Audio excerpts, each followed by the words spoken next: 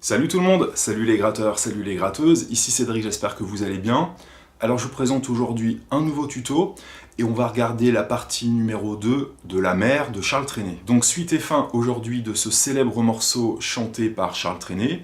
N'oublions pas, comme je vous l'ai dit la dernière fois, que ce morceau a été repris par les plus grands musiciens, Django par exemple et George Benson, et parmi les chanteurs, Frank Sinatra, Robbie Williams et même Rod Stewart. Aujourd'hui, on attaque donc les changements de tonalité, les modulations. En fait, on va passer par la tonalité de Mi majeur, puis de Sol, et on reviendra en Do. Donc les amis, j'ai envie de vous dire, à vos guitares! Alors souvenez-vous, la dernière fois, on s'est arrêté à la fin du couplet 2, et en fait, on arrivait sur la modulation où on passait de la tonalité de Do à la tonalité de Mi. En fait, on était passé par l'accord de Si-7, qui est le 5e degré de Mi, donc Si-7, 5e degré de Mi majeur. On arrive donc maintenant au couplet numéro 3, la tonalité est donc Mi. On pourrait faire Mi majeur, Do dièse mineur en faisant un barré comme ceci. C'est un barré mineur, forme de La mineur à la 4e case, suivi d'un La et d'un Si-7. Donc Mi, je le fais à la noire, Do dièse mineur, le La et Si-7. On voit que du Mi au Do dièse mineur, on passe d'un accord ouvert à un accord barré, donc c'est un petit peu galère. Je vous avais parlé la dernière fois donc d'un accord de Do dièse mineur 7 qu'on pourrait faire comme ceci, regardez à l'écran. Et ce qui nous permet donc de rester dans la position de Mi et même dans la position des 4 accords. Donc ça peut être pratique à jouer. Mi, Do dièse mineur 7, le La majeur, le Si-7. On va refaire la même chose. Le La, Si-7. Ensuite on va faire Mi 2 fois. Sol dièse mineur. En fait, là, on va avoir toute une suite d'accords qui va nous amener vers la tonalité de Sol. Donc Sol dièse mineur, c'est comme un barré de Fa sans le majeur pour qu'il soit mineur, déplacé à la 4e case. 2 fois, Do dièse mineur, comme je vous ai montré tout à l'heure en barré. Et ensuite, un accord de Mi et un accord de Ré7. Le Ré7 sera le 5e degré de Sol, d'accord? Donc Sol dièse mineur, 2 fois, Do dièse mineur, Mi, Ré7 et Sol, d'accord? Donc pour retrouver la partition, ça va vous aider parce qu'il y a beaucoup d'accords, il y a le lien de mon site internet dans la description de la vidéo. Jouons maintenant ce 3e couplet avec la rythmique qu'on avait travaillé la dernière fois, à savoir noir, 2, croche noir, 2, croche noir.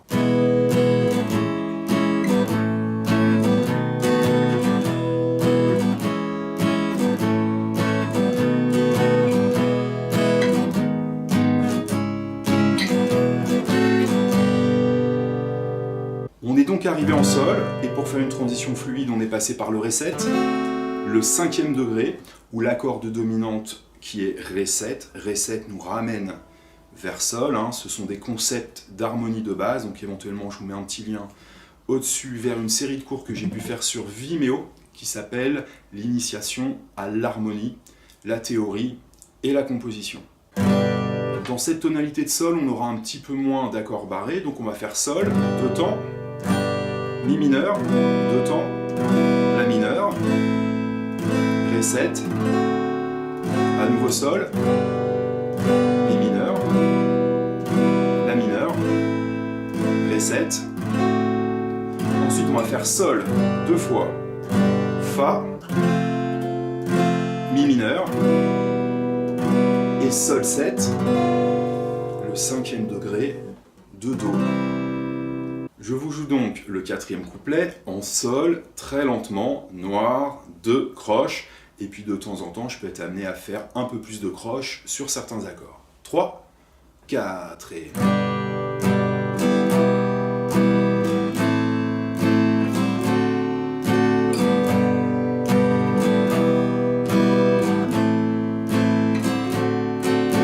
Sol, Fa, Sol 7 et Do. Avec la mélodie. Tintin.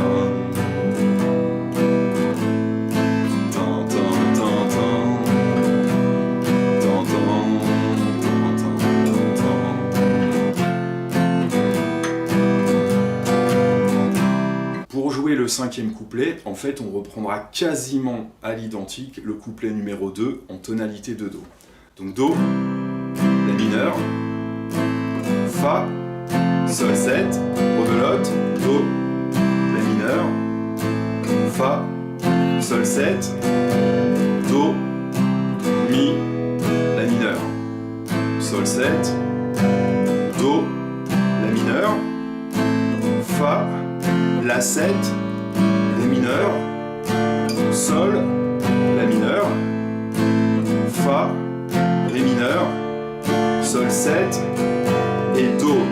Et pour finir, Sol 7, La, mer et Do. Dans la version originale de Charles Trenet qui dure environ 4 minutes 30, une fois qu'on a fait La, mer, en fait il repart, hein, d'accord ? Et il va reprendre le même texte et exactement la même grille. Donc moi, pour conclure le morceau, bah tout simplement, 5e degré, 1er degré, donc Sol 7, 5e degré, ou accord de dominante, et un 1er degré, ce qui nous permet de faire une cadence parfaite, c'est-à-dire une résolution tout à fait naturelle que l'on retrouve dans tous les morceaux. Si on résume la trame complète du morceau, nous avons un premier couplet en tonalité de Do.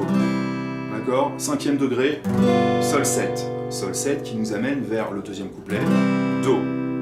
Ensuite, on va passer sur un troisième couplet en Mi majeur. Le 5e degré de Mi, c'est Si, Si7. C'est ce qu'on retrouve dans la grille. On passe sur le Mi.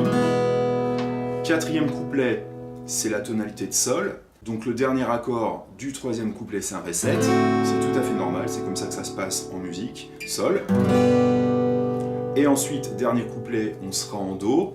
Donc pour finir, on fera un Sol 7, ça c'est la fin du 4e couplet, qui nous ramène vers Do. Ce sont des règles d'harmonie de base qu'il faut absolument connaître. Et connaître l'harmonie, en fait, c'est connaître un petit peu le pourquoi du comment on enchaîne un accord avec un autre, connaître un petit peu les règles de base pour de la composition, et donc pour vous donner des nouvelles idées aussi si vous composez, ou si vous voulez réarranger des morceaux. Voilà les amis, c'est la fin du tuto, donc je pense que la difficulté principale, c'est d'être capable de suivre la grille de A à Z sans se tromper, et puis donc d'enchaîner toute cette grande série d'accords qu'on peut trouver tout le long du morceau, et ce sont des accords donc qui correspondent à chaque tonalité.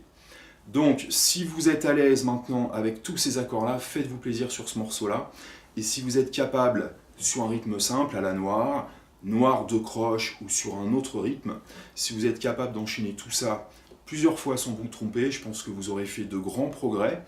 Et puis c'est un morceau qui est très sympa, je pense qu'il faut connaître, surtout si vous aimez la chanson française et le jazz.